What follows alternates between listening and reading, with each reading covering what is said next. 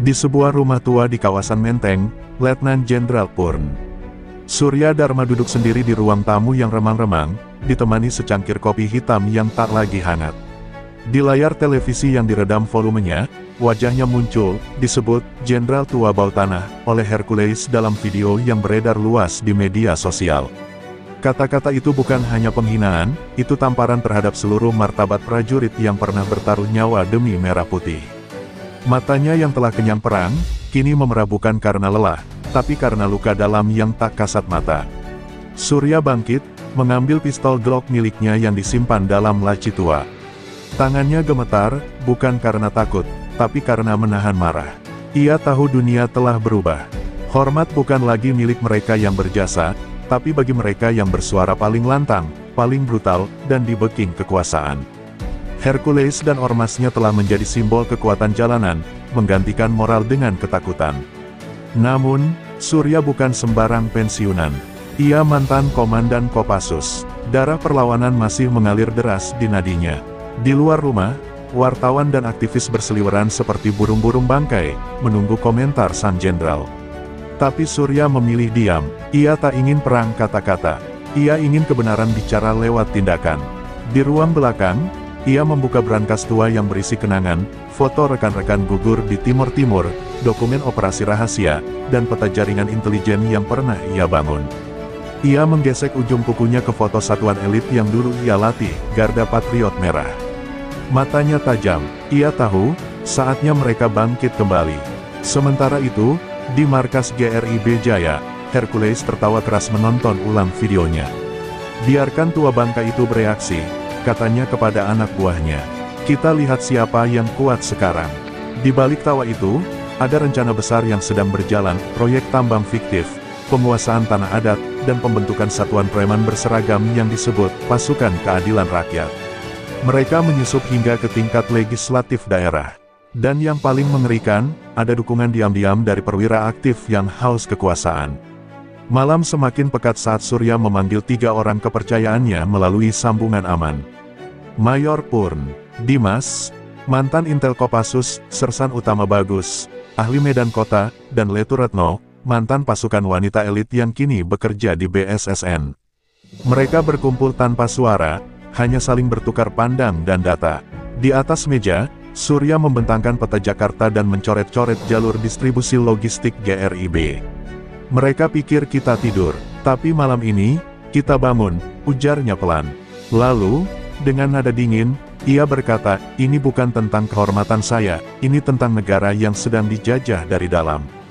Dan ketika dini hari menembus langit kota, sebuah keputusan lahir, perang akan dimulai, bukan di medan terbuka, tapi di balik bayang-bayang kekuasaan dan konspirasi. Surya tahu, ini bukan sekadar balas dendam. Ini adalah misi terakhir seorang prajurit yang telah melihat terlalu banyak darah tumpah, dan tidak akan membiarkan merah putih diinjak oleh tangan-tangan kotor berkedok ormas. Sebuah gudang tua di daerah industri Cakung tampak tak mencolok dari luar, hanya bangunan beton kusam yang seolah sudah lama ditinggalkan. Tapi di dalamnya, detak kehidupan mengalir seperti jantung dalam tubuh raksasa yang sedang bangkit. Letjen Purn Surya Dharma berdiri di tengah ruangan, dikelilingi oleh wajah-wajah lama yang dulu bersamanya menembus hutan Kalimantan, menahan desing peluru di Aceh, dan menyusup ke perbatasan Papua. Malam ini, mereka berkumpul kembali. Bukan sebagai tentara resmi negara, tapi sebagai pasukan bayangan. Surya menyebut mereka, Garda Patriot Merah. Negara sedang ditikam dari dalam, ujar Surya lantang, suara parau. Namun penuh tenaga, dan para penikam itu memakai seragam rakyat, berdalih ormas, bersembunyi di balik politik. Ia menatap tajam ke arah Dimas, Bagus, dan Retno yang kini telah mengenakan rompi lapis baja taktis. Kita tidak punya dukungan pemerintah. Tidak ada surat tugas. Tapi kita punya satu hal yang mereka tidak punya, sumpah prajurit, setia kepada bangsa dan negara, bukan kepada penguasa. Retno menampilkan peta digital yang menunjukkan pergerakan anggota GRIB di Jakarta dan sekitarnya. Mereka bukan hanya bergerak sebagai ormas. Mereka telah membentuk sel-sel kecil dengan struktur komando militer. Ada pelatihan taktis di pinggiran Bogor, ada distribusi senjata rakitan dari gudang pelabuhan, dan yang paling mengejutkan, ada bukti transfer dana dari rekening milik staf khusus kementerian tertentu. Kita sedang menghadapi sesuatu yang lebih besar dari ormas. Ini organisasi paralel, ujar Retno, wajahnya tegang. Dimas menyodorkan berkas intelijen yang didapat dari kontak lamanya di Badan Intelijen Strategis. Di dalamnya, nama-nama besar tertera, anggota DPR, Jenderal Aktif Bintang 2, dan satu nama yang membuat ruangan senyap, Mayor Jenderal T, seorang petinggi aktif yang pernah dilatih oleh Surya sendiri. Pengkhianatan itu membuat darah Surya mendidih. Dia anak didik saya, sekarang dia jadi perisai para preman. Gumamnya pelan, matanya nanar. Sersan utama Bagus menyiapkan senjata, bukan untuk menyerang, tapi untuk bertahan. Kita tidak bisa langsung konfrontasi. Kita harus menyusup, mengawasi, dan menggoyang fondasi mereka dari dalam. Malam itu, mereka membagi tugas. Retno menyusup ke jaringan digital GRIB untuk membocorkan komunikasi internal mereka, Dimas mengaktifkan informan lapangan, dan Bagus membangun jaringan sipil militan, warga yang muak tapi takut bicara. Kita tanam benih perlawanan di tengah masyarakat, kata Bagus. Dan saat fajar pertama menembus jendela gudang tua itu, Surya berdiri sendirian menghadap matahari. Di tangannya, ia menggenggam foto lama anak buahnya yang tewas dalam misi rahasia di perbatasan Malaysia. Ia tahu, pertempuran ini tak akan memberinya penghargaan atau bintang jasa. Tapi bukan itu yang ia kejar. Ia ingin republik ini kembali kepada akar juangnya, bebas dari tirani, meski kali ini tiran itu memakai jas, dasi, dan berbicara atas nama rakyat. Hari itu, langit Jakarta mendung, seolah memberi isyarat akan datangnya badai. Di depan gedung DPRD DKI, ribuan massa GRIB Jaya berkumpul, mengenakan atribut hitam merah dan membawa spanduk bertuliskan, "Hidup rakyat, hancurkan pengkhianat." Namun sorotan mata mereka tajam dan penuh dendam. Di antara mereka, puluhan preman bertato menyusup, membawa senjata tumpul dan pentungan listrik. Hari itu bukan sekadar unjuk rasa, itu unjuk kekuatan. Dan target mereka jelas, menggertak para legislator yang menolak proyek tambang milik kroni mereka. Di balik pagar kawat berduri, sekelompok warga sipil dari komunitas pejuang lingkungan menolak mundur. Mereka datang tanpa senjata, hanya dengan poster dan suara. Namun keberanian mereka segera dibalas dengan kekerasan. Bentrok meledak begitu seorang provokator GRIB memukul seorang ibu tua hingga tersungkur. Dalam hitungan menit, situasi berubah menjadi neraka. Darah tumpah di aspal, jeritan bergema, polisi tampak ragu, sebagian justru membiarkan kekacauan terjadi. Kamera media yang hadir dilucuti paksa oleh pria-pria bertubuh besar berbaju GRIB. Dari kejauhan, Dimas dan Bagus mengamati situasi dari mobil hitam tanpa plat. Mereka melihat kerusuhan ini bukan lagi spontan, ini adalah operasi yang dirancang. Ini bukan ormas, ini operasi intimidasi politik, ujar Dimas sambil memotret wajah-wajah kunci. Lalu ia melihat sesuatu yang membuatnya mencengkeram setir erat, seorang tentara aktif, berseragam lengkap, terlihat memberi aba-aba pada pemuda GRIB. Itu Letda Guntur, satuan cadangan. Apa yang dia lakukan di sini?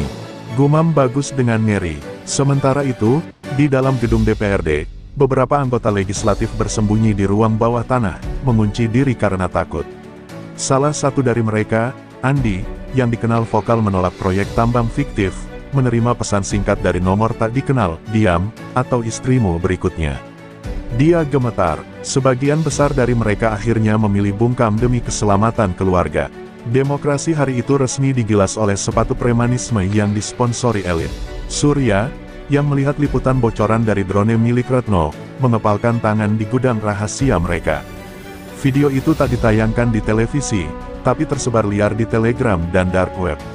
Netizen mulai bersuara, tagar moncong ormas dan tagar bubar Kangrip jadi trending. Namun bersama suara rakyat, datang juga rasa takut. Banyak aktivis hilang dalam semalam, rumah mereka dibakar diam-diam. Satu pesan mulai terasa di udara Jakarta, siapa melawan, akan disingkirkan. Dan malam itu, darah belum kering dari aspal saat Surya memanggil semua anggotanya untuk rapat darurat. Di tengah cahaya lampu redup, ia berkata dengan suara dalam, mereka telah menyeberang garis. Sekarang giliran kita, tak ada suara, hanya tatapan dingin. Malam itu, satu keputusan bulat dibuat, Garda Patriot Merah tidak akan bertahan lagi. Mereka akan melawan. Langit malam Jakarta pekat tanpa bintang, seolah menandai sesuatu yang kelam akan terjadi. Di markas bayangan Garda Patriot Merah di Cakung, Letjen Purn Surya Dharma dan anak buahnya tengah menyiapkan operasi besar, penyusupan ke salah satu gudang senjata ilegal GRIB di Cilincing. Namun sebelum rencana berjalan, neraka mendahului mereka. Tepat pukul 2.17 dini hari, ledakan keras mengguncang sisi barat markas. Tembok beton jebol, dan gelombang tembakan menyapu gelap malam. Mereka disergap, pasukan tak dikenal, berpakaian hitam tanpa identitas, menyerbu dengan formasi rapi. Mereka bukan preman biasa, mereka dilatih, terkoordinasi, dan menggunakan senjata laras panjang standar militer. Mundur, formasi segitiga, teriak Mayor Dimas sambil menahan peluru yang bersarang di lengannya. Sersan utama Bagus menggiring anggota muda ke lorong belakang sambil menembakkan peluru penutup. Namun mereka kalah jumlah, dan lebih buruk lagi, pengkhianatan telah terjadi. Seseorang telah membocorkan lokasi markas.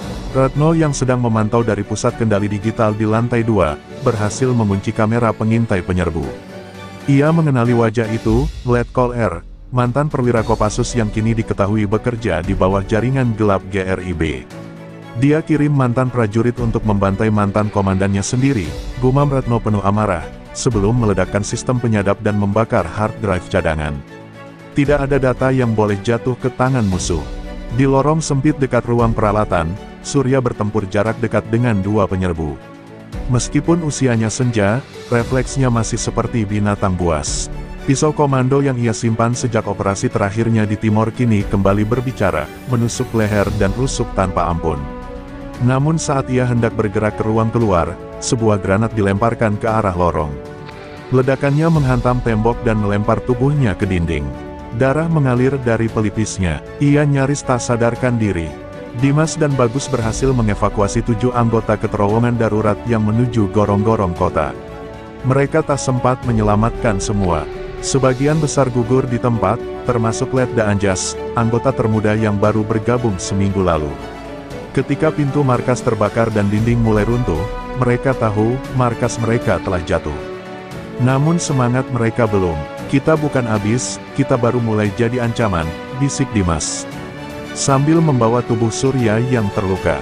Di tempat lain, Hercules menonton rekaman serangan lewat layar CCTV dari villa mewahnya di puncak.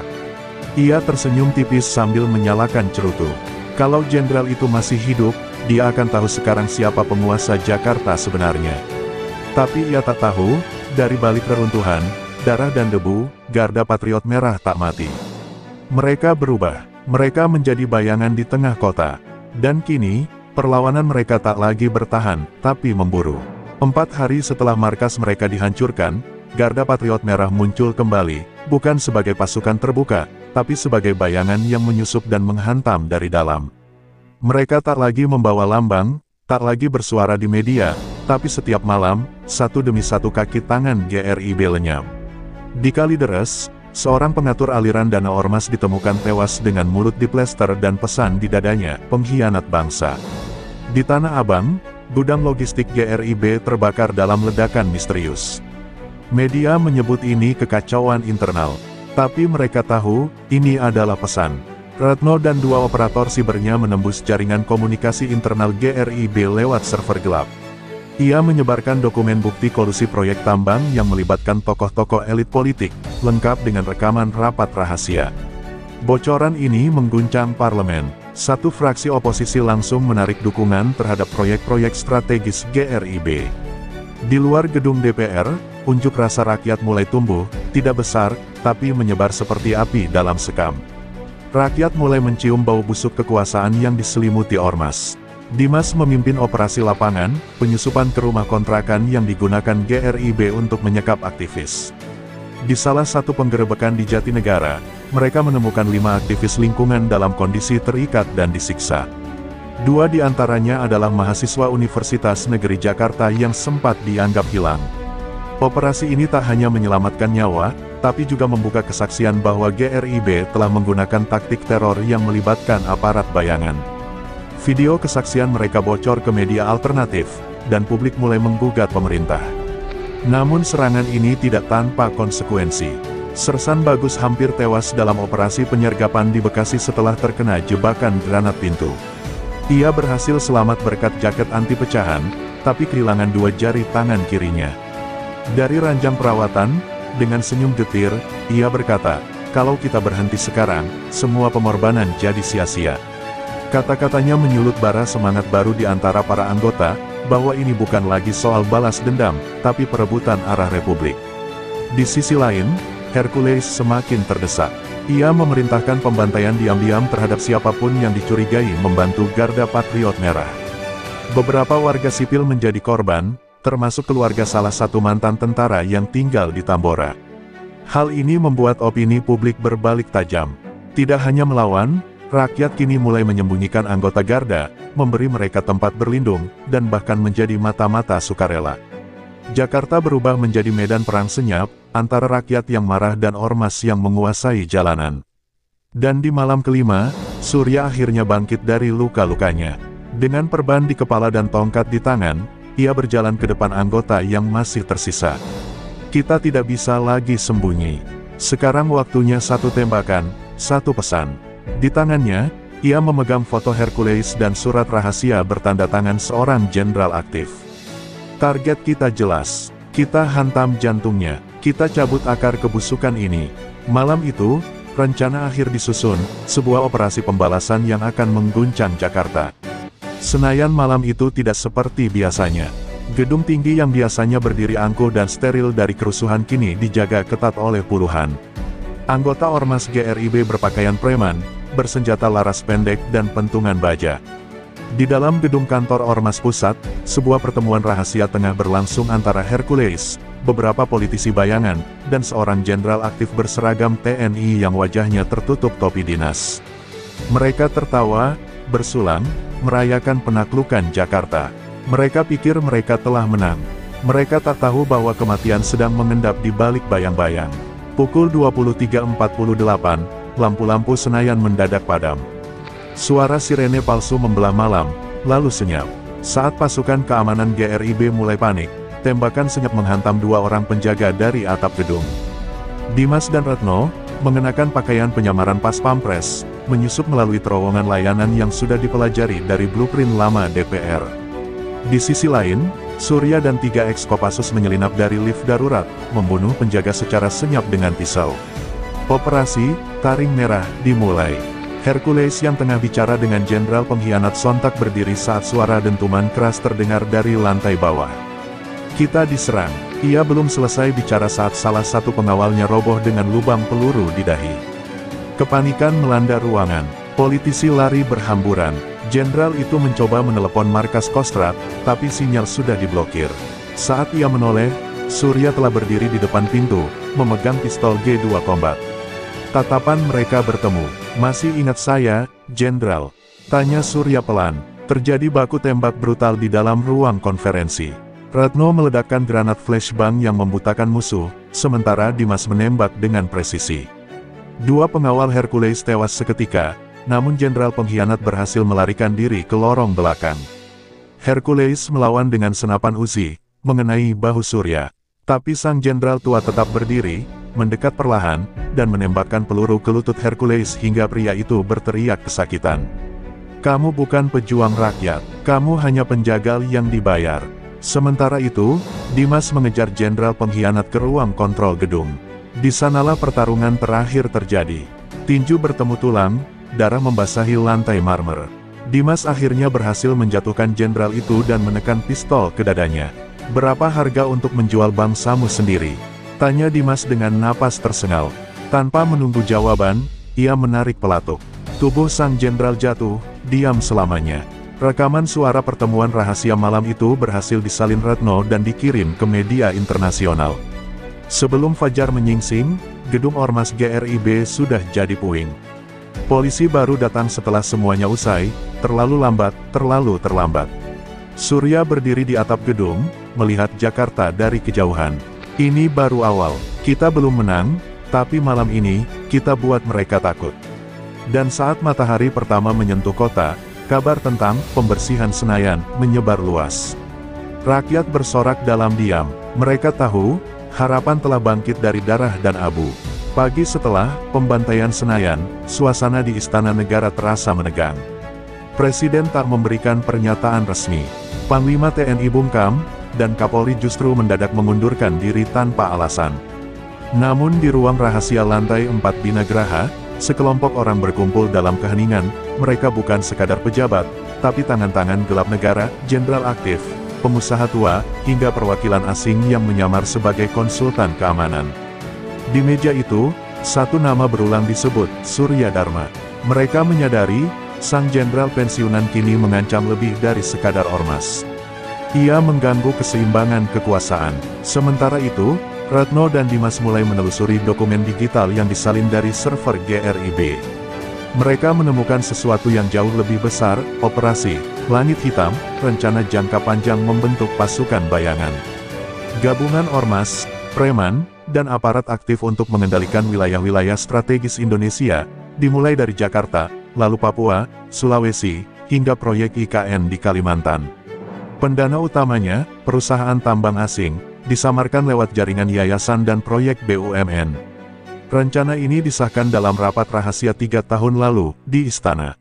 Dimas terdiam. Kita nggak cuma lawan Hercules, kita lawan sistem. Surya mendengarkan dengan wajah kelam. Ia tahu ini lebih dari yang pernah ia hadapi selama karir militernya. Tapi ia tak mundur. Kalau sistemnya busuk, berarti kita harus jadi virus yang menghancurkannya dari dalam. Malam itu, mereka merancang satu operasi terakhir, menyusup ke sebuah villa rahasia di kawasan Puncak, yang diyakini sebagai pusat koordinasi operasi Langit Hitam, tempat para jenderal dan perwakilan asing biasa bertemu di luar radar. Operasi dilakukan diam-diam, tanpa peluru pertama. Dimas menyamar sebagai kurir logistik, menyusup lewat dapur belakang. Retno menonaktifkan kamera keamanan lewat server eksternal. Di lantai atas, Surya dan 2 ex-Kopassus memecah kaca jendela dan masuk senyap. Mereka menemukan bukti, dokumen, video rapat, transaksi uang, dan satu rekaman audio presiden yang terdengar menyetujui proyek Langit Hitam dengan suara tegang. Kalau kita tidak ambil alih duluan, negara ini akan diambil orang lain. Kalimat yang cukup untuk mengguncang tatanan Republik. Namun sebelum mereka bisa keluar, alarm darurat menyala. Pasukan elit bayangan tiba lebih cepat dari dugaan, berjumlah 2 kali lipat dan bersenjata lengkap. Terjadi baku tembak brutal di villa. Dimas tertembak di perut, Retno tertangkap hidup-hidup, dan Surya terluka parah. Tapi satu anggota berhasil meloloskan diri membawa USB bukti. Villa itu terbakar, tetapi kebenaran telah keluar dari api.